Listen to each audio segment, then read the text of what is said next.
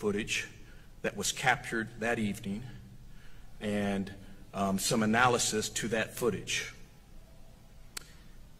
In fact, some of that footage, even before TMZ aired it, had been circulating on the internet with some analysis. Of course, as members of his legal team, we had the benefit of having that video surveillance footage for the last several weeks. We knew exactly what was depicted on it, and so we knew exactly what it stood for. We've also had the benefit during the course of our investigation of interviewing several critical eyewitnesses who were at the scene that day, actually saw what went down, what was said. And so we've had the benefit of those interviews during the course of our investigation, and that is also important. Given that the video of the shooting is now circulating on the internet, we felt compelled to have this press conference because there was some reporting, frankly, depicting the decedent as an innocent bystander, and we wanted to make sure that the record was straight. First, the video posted by TMZ is identical to the video footage not only that we received during the course of our investigation, but that APD obtained on the first night of the shooting, on the night of the shooting. TMZ's analysis of the footage is also accurate. That is to say, the decedent and other members of his crew viciously and violently attacked Chaka from behind before a single gunshot was fired.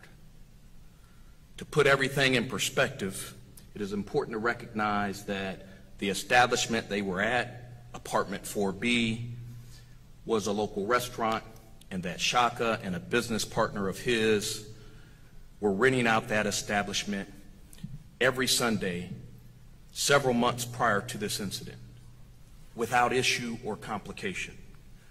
In other words, Chaka on that evening was at his place of business.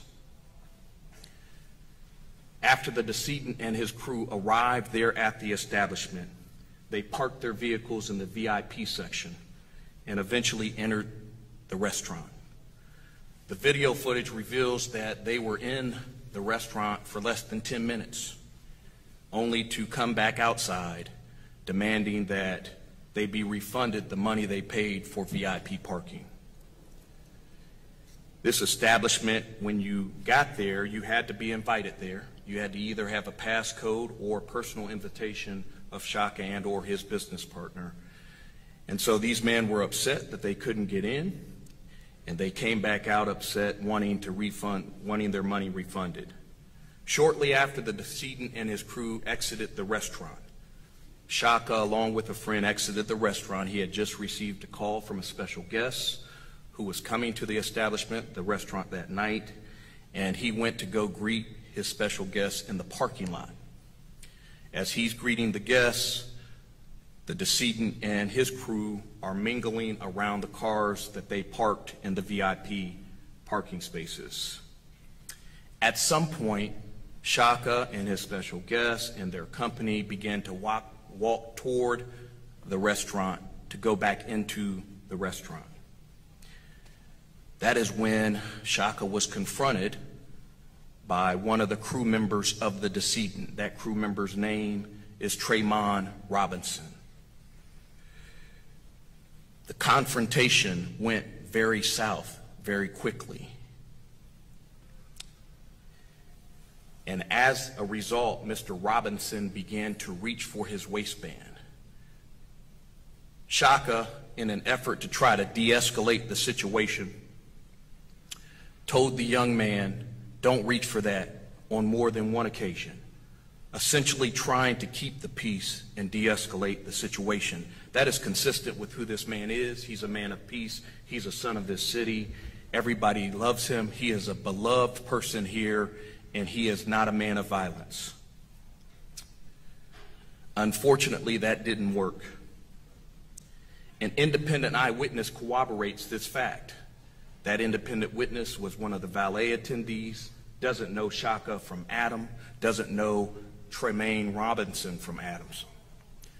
Simply refers to Chaka as the old guy and Tremon Tremont Robinson as the young guy, but eventually says to the City of Atlanta Police Department, this witness says, "I saw Tremont Robinson reaching for his gun. I believed he had a gun, and I overheard Chaka telling him, 'Put that ish away, put that ish away.'" The video then reveals that at some point, Mr. Robinson motioned to the rest of the decedent and his crew to come to his aid, and then chest bumped Chaka, making the first physical contact with Chaka, at which time Chaka grabbed Mr. Robinson and pushed him up against the car, and in an effort to ensure that he could not reach for his firearm.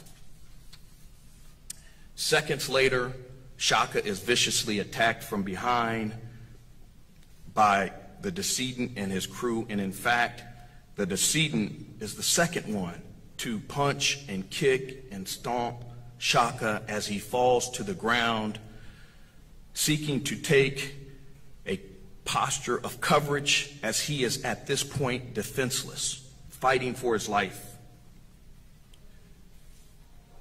Fortunately, Chaka's assistant sees this violent assault against Mr. Zulu, and she runs to his aid. This is all captured on video. She jumps on the back of the decedent as he is kicking and stomping and punching Chaka, and begins to hit the decedent in the head and about the head, so much so in an effort to defend his life that it causes the decedent to focus his attention on her and turn to her.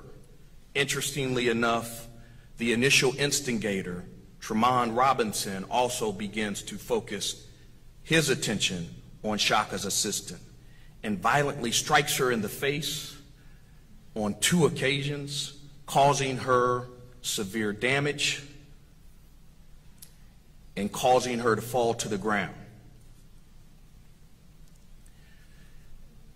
In any event, this delay or this distraction allowed Chaka to get to his feet, and thankfully so. Before he got to his feet, there are other witnesses who told APD that there was a large man saying, "Get the F back, get the F back." And I can tell you here today that on that evening, while Chaka was on the ground and he heard those words, he thought that someone was trying to kill him. Why on earth would they need to get back and or clear the path other than to shoot and kill the person that they were attacking? In any event, Chaka gets to his feet in an effort to get back into the restaurant. But the fight's not over. It's a continuous event, and ultimately, as he gets to his feet, the decedent and Tremont Robinson are right there charging Chaka to attack him again. This is after they have violently attacked Chaka's assistant. In fear of his life, knowing that the people who attacked him from behind were still in his path to safety, Chaka discharged his weapon lawfully and in self-defense. Milliseconds later, the shooter, Corey Crawford, who has yet to be apprehended or arrested, shot Chaka in the back, had managed to strategically position himself in between 2 cars to take cover, had pulled out his weapon before a shot had been fired, and ultimately, as Chaka shot his weapon in self-defense, he shoots Chaka in the back. Chaka, based on the adrenaline, doesn't know that he's immediately hit, but eventually knows it and eventually is able to get inside the restaurant. That is where his family and his friends call 911 and attempt to render aid. He is rushed to the hospital after having blacked out, and according to the medical professionals at Grady, he almost lost his life that night.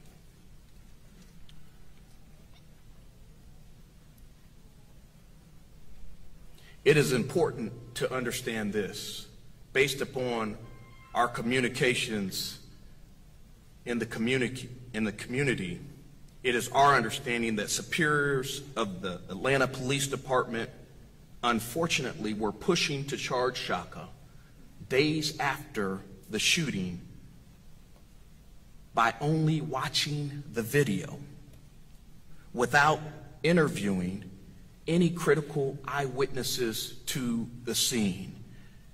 And frankly, you have to question why you would just charge someone by reviewing video footage and not actually interviewing live witnesses at the scene who were there in real time and saw everything and heard everything. But instead, it is our belief, based upon our communications, that APD was trying to charge him. Our team and others pleaded with the City of Atlanta Police Department to conduct a more thorough investigation and to slow the process down. Interview someone, for crying out loud.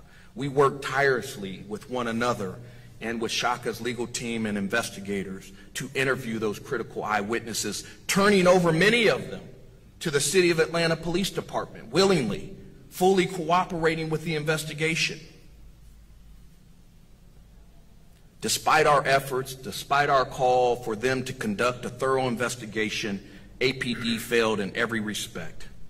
In fact, to date, they haven't interviewed every critical witness or identified every critical witness that was there at the scene that night. In fact, they haven't even interviewed the initial instigator, Trayvon Robinson, who began to reach for his waistband and gun and try to escalate the situation into something that Chaka did not want it to do. It's important to note that from the physical contact to the shots fired, this all occurred over a 21-second period, very quickly, where Chaka is on the ground fighting for his life and ultimately having to make split-second decisions to defend his life so that he could live to see another day. We remain disappointed in APD for deciding to bring charges against Chaka. We remain equally disappointed in the City of Atlanta Police Department for not lodging charges against the individuals who violently attacked Chaka from behind and knocked his assistant out, clearly on video, crimes that are seen and were seen by the City of Atlanta Police Department before they decided to lodge charges against a single individual. And of course, we are extremely disappointed that Corey Crawford still roams these streets, as he is the person who first hit Chaka during the attack from behind and who eventually shot Chaka in the back. At this time, the case is now before District Attorney Fonnie Willis.